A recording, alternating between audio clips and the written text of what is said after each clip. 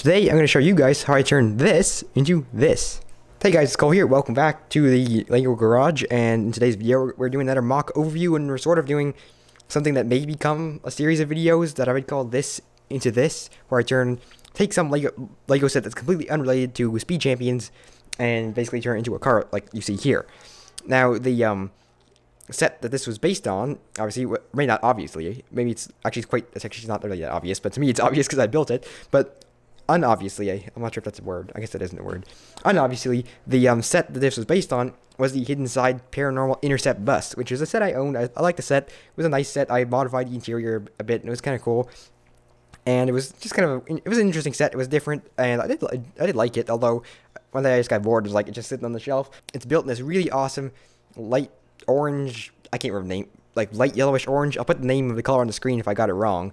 But basically, it's a really awesome color that Lego chose to build that bus in, which gave me a really awesome supply of light yellowish orange parts. I don't know. I can't remember the name. And I thought, oh, I have 4 fenders from the old Lego McLaren P1 set in that same light yellowish orange color. And so I thought, why not try and build a car out of it? And somehow we ended up with this thing. Now, I originally tried to go for the Polestar 1 Need for Speed crazy drift car thing, which I do want to work on in the future. But it ended up kind of becoming this thing. The idea is that they found this sedan, this boring 2-door coupe sedan thing in a barn or whatever. It was really beat up, and they just dragged it out, and they stripped out the interior. They gave it 2 racing bucket seats, manual transmission, twin turbos in the back. They swapped it from front engine to mid engine, and they basically turned it into a crazy drift car, and they didn't really bother with how it looked, and so that's why it looks the way it does. They added their own touches here and there, but they kind of kept the old rusty look it had when it was in the barn. So in today's video, we're going to go over all the details of this model, and there's a link down below where you can get some free PDF instructions for this model at Rebrickable.com.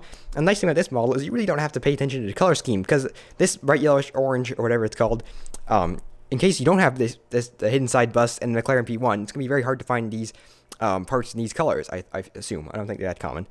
But the great thing about this car is you can basically build it in any color you want. As you can see, these renders I've rendered right here, you can basically build it in any color you want, and it still looks pretty nice. It doesn't really matter what color it is, because obviously it's intended to be like a beater race car, or beater drift car in this case. So let's get on with the details. So up here in the front, you'll notice that we have this little intercooler here, and that I noticed doesn't really make much sense considering the engine's behind the front, but it's an intercooler because a lot of drift cars and things have intercoolers up here in the front.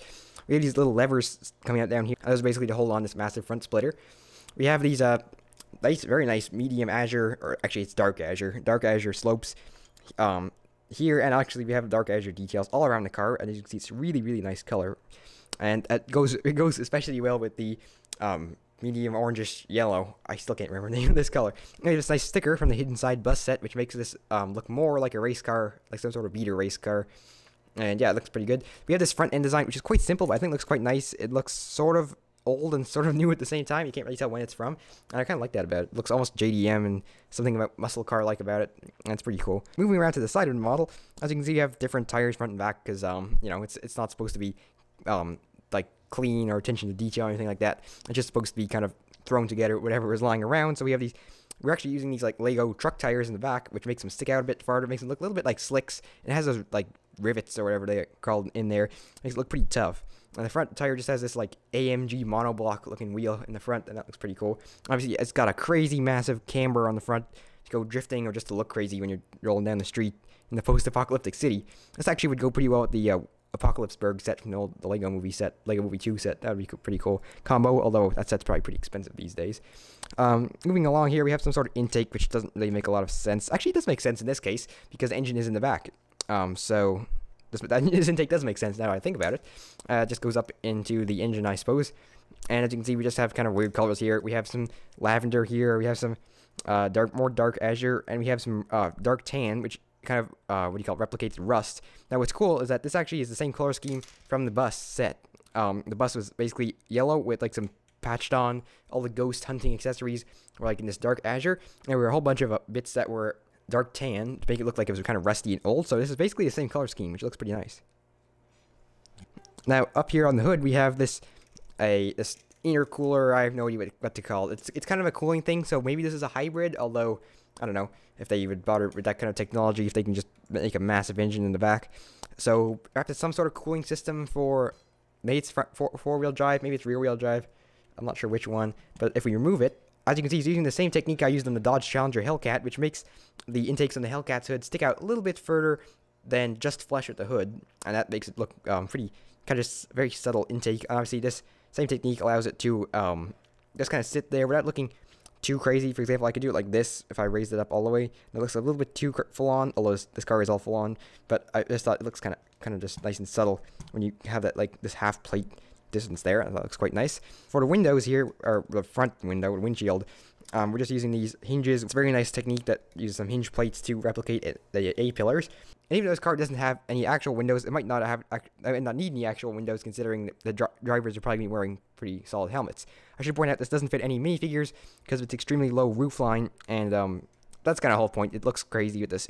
It looks so low, and it's just cool. So I didn't really care about fitting minifigures this time around. The side part's sort of inspired by the Challenger, just the way it's built. It's nothing too crazy. Now around the back is where it really starts to get really crazy. Now back here, first of all, you have this colossal wing, way bigger than anything from a normal car. It looks like a hill climb car wing.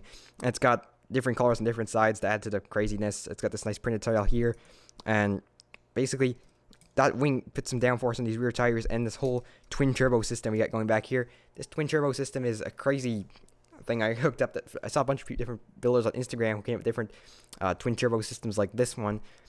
And I just thought, oh well, I might as well try it myself. And this is what came out, and it looks pretty crazy, as you guys can see. We have these like dual barrel space guns on the sides that form the exhaust, and we got these turbos under here to form those like BB-8 droid heads. We got the rear, the tail lights above there. Although I'm not sure why this car needs tail lights, considering it's probably not road legal at all. And yeah, it's just a really full of greebling kind of thing. It's got a lot of greeblings all over it. In the back here, we do have a little tiny ducktail spoiler, so you can even kind of take this off and just do like a duck. You can kind of chop this whole rear turbo setup off and have like a track version, perhaps. Although this wing actually might help you with track downforce, but we have another ducktail spoiler just to add to the downforce. Moving around to the back, actually, if we go back to the back of the car, so it's a mid-engine sedan with a roof scoop, just to give you an idea of what the crazy idea this is, with twin turbos sticking out the back.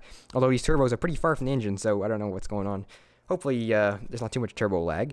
I assume the engine on something like this would be a V8, maybe even a V6.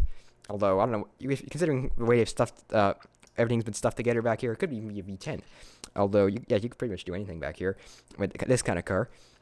Now, the roof is removable, so you guys can see the engine details inside. And when you remove the roof, you'll notice it's attached to this barrel, which I can imagine could either be one of two things. One, it could be the fuel tank, and basically you just fill it up with fuel, and that's your fuel system. Or it could be something to store this cargo in, because it is removable, and you could put something in there, and you could hide some cargo or something you were trying to get across the post-apocalyptic world or something like that. I don't know. On the inside, we have this manual transmission, which I've used on a couple of cars before, like the Murcielago back there, and the Gallardo. We have these nice bucket seats formed with these sideways bracket pieces. I'm not sure what they're called. And the interior is pretty bare, although there's a lot of colors in there. We have this curved slope here to form the dashboard, which looks quite nice. It just gives it a bit of an asymmetrical kind of just weird texture, and I like it. Underneath, there's not really too much to talk about, except that there's a lot of plates and things going on down here. That's it for this overview of the post-apocalyptic / I don't know, whatever you want to call it, drift car, resto mod, modification, barn find, whatever you like to call it. I don't have a name for it. Maybe you guys can suggest a name for it in the comments below. I would appreciate that. Maybe you can come up with a good name for it. So, like I said, the instructions are at the link in the description below for free at Rebrickable.com. You can basically build it in whatever color you like: white, blue, gray, green, black, orange, yellow, whatever you like, red. It'll probably look good in whatever color you build it in, because it doesn't necessarily have to look good. So, thank you guys for watching. You can go check out more of my stuff on my Instagram down below at the link in the description, and I will see you next time.